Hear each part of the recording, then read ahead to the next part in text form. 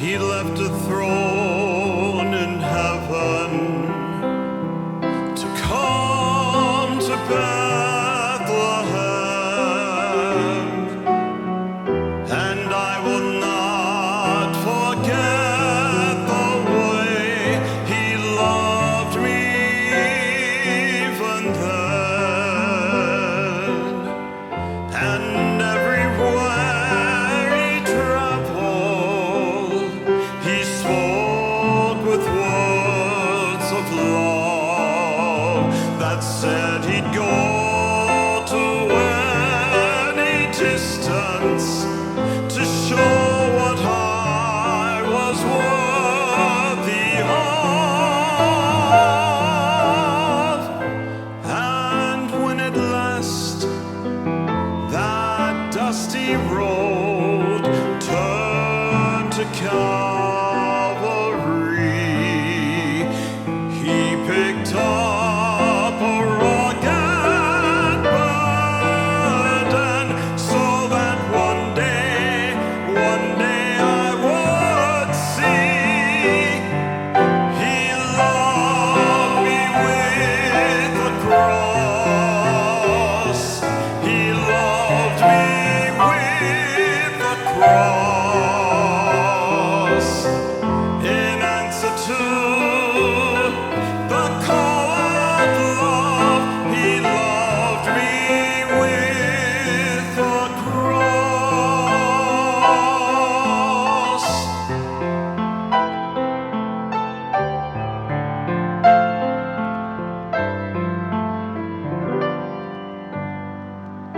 He knew from the beginning the price he'd have to pay, for my heart had gone so far beyond what other loves forgave. I wasn't on that hillside to see him on the tree, but as my guilt was placed upon him, I know that somehow he saw me. He loved me with a cross. He loved me with a cross. In answer to the call of love, he loved me with a cross. Though I could not imagine what loving me would cost, my Jesus went to Calvary and loved me with a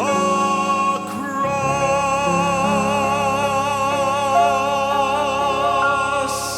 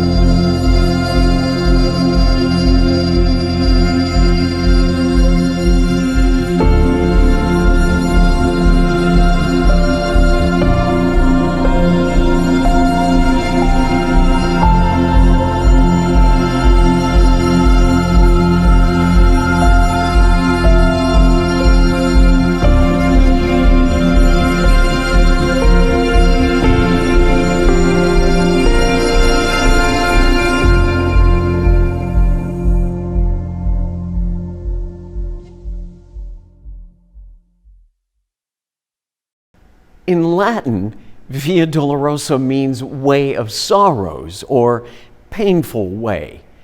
It refers to the path that Jesus walked on his way to crucifixion. Recently, we visited the Dallas Museum of Biblical Art with our videographer, BJ Scott, and followed that path. We completed the 14 stations of the cross in the museum's Via Dolorosa Sculpture Garden, which features gripping, larger-than-life bronze statues by Santa Fe artist Gibbs Singleton. On this Good Friday, we wanted to experience with you the Stations of the Cross.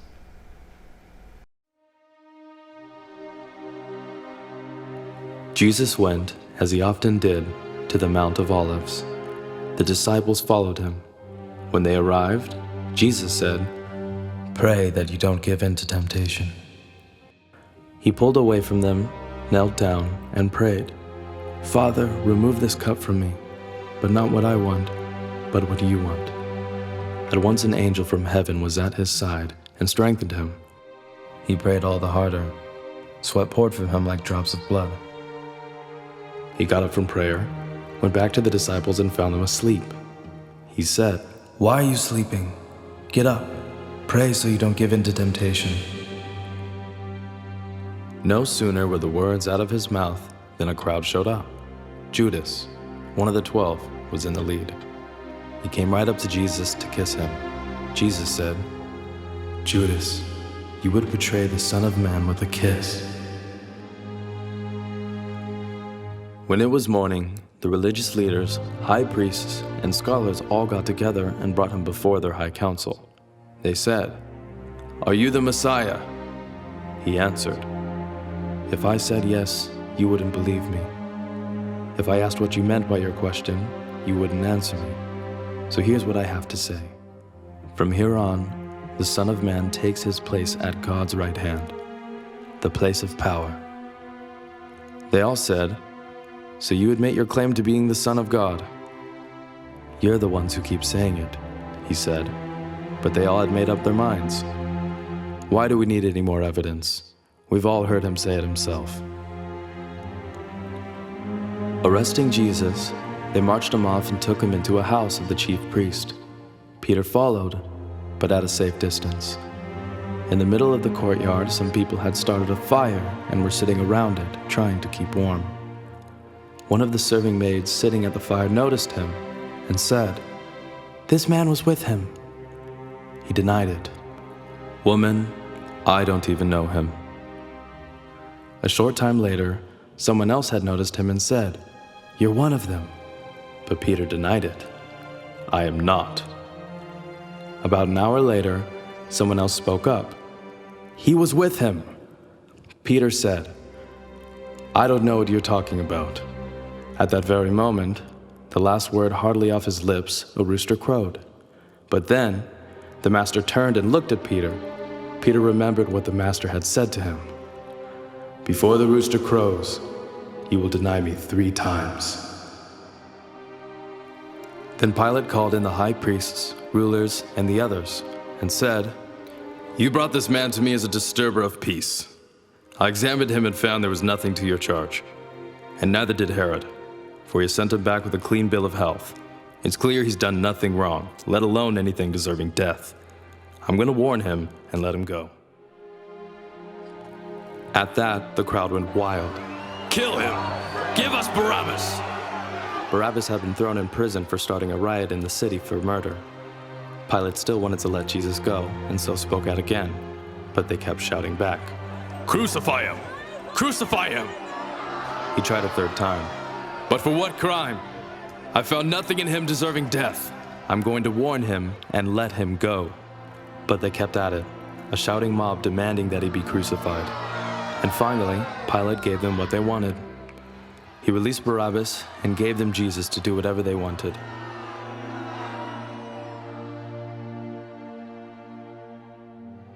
So Pilate took Jesus and had him beaten.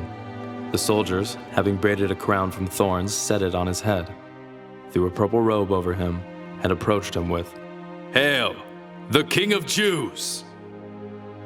They then greeted him with slaps in the face. They took Jesus away, carrying his cross. Jesus went out to the place called Skull Hill, Golgotha. As they led him off, Simon, a man from Cyrene, who happened to be coming from the countryside, carried the cross behind Jesus.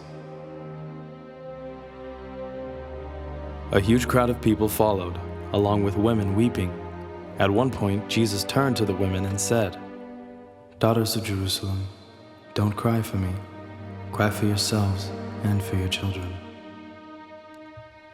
When they arrived in Golgotha, they crucified him, along with the criminals, one on his right and the other on his left. Jesus prayed, "Father, forgive them. They don't know what they're doing." One of the criminals hanging alongside cursed him. "If you really are the Messiah, save yourself. Save us." But the other one said, "Have you no fear of God? We deserve this, but not him. He did nothing to deserve this." He then said, "Jesus, remember me when you enter your kingdom." He said, "Today, you'll join me in paradise." While the soldiers were looking for themselves, Jesus' mother, his aunt, and Mary Magdalene stood at the foot of the cross. Jesus saw his mother and the disciple he loved standing near her. He said to his mother, "Woman, here is your son." Then to the disciple, "Here is your mother." From that moment on, the disciple accepted her as his own mother. By now, it was noon. The whole earth became dark, the darkness lasting 3 hours. The temple curtains split right down the middle. Jesus called loudly, "Father, I place my life in your hands." Then, he breathed his last.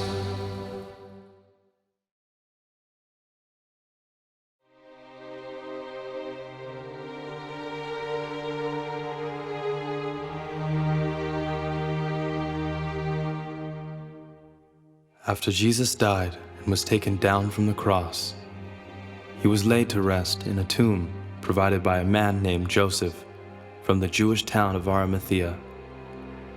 Joseph happened to also be a member of the Sanhedrin, but was opposed to the trial and crucifixion of Jesus.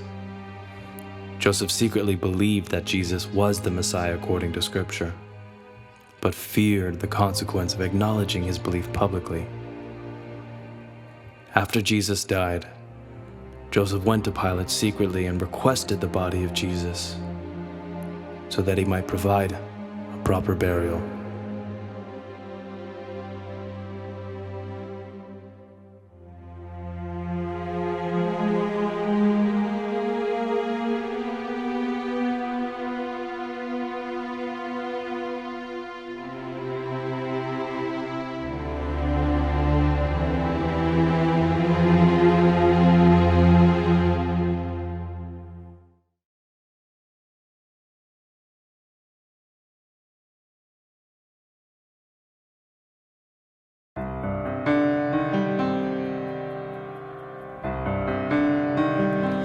I am a thief, I am a murderer, walking up this lonely hill.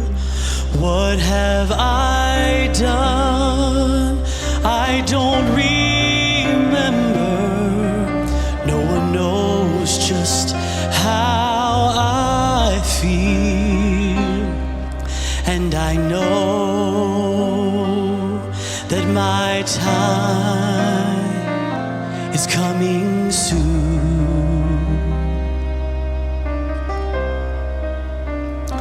It's been so long, oh, such a long time since I've lived with peace and rest.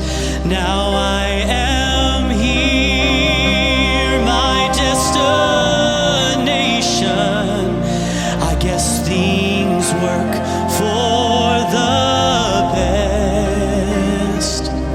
and I know that my time is coming soon.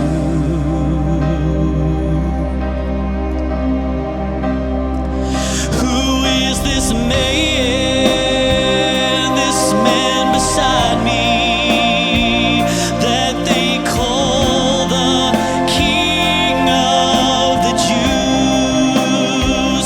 They don't believe he's the Messiah, but somehow I know that it's true. They laugh at him in mockery and beat him till he bleeds, and they nail him to the rugged cross and raise him. Yes, they raise him up next to me.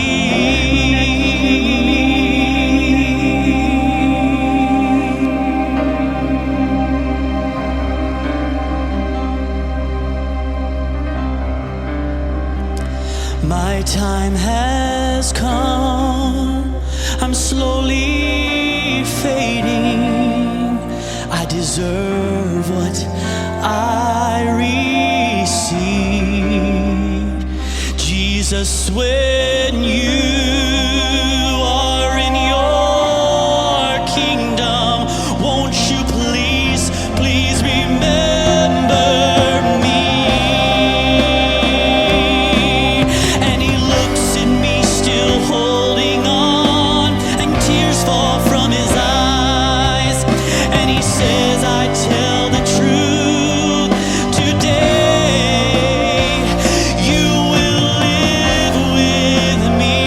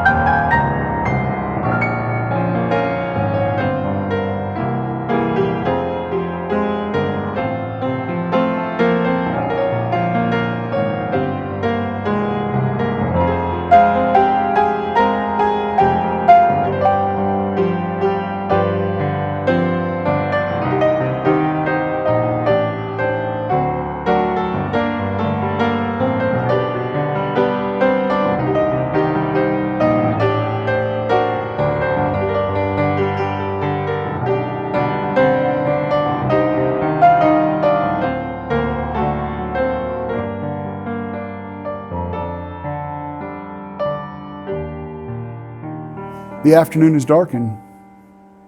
Jesus has died. They've gone and they've taken his broken body down off of the cross and laid it in the tomb. The day has come to a close. I don't know where you were. I don't even really know where I was when I first heard this story. But what I know is it impacted my life and the life of everyone in this world, that our God died for us. So this night, as you go out into the darkened night, I invite you to reflect on what it means to hear that God died for you.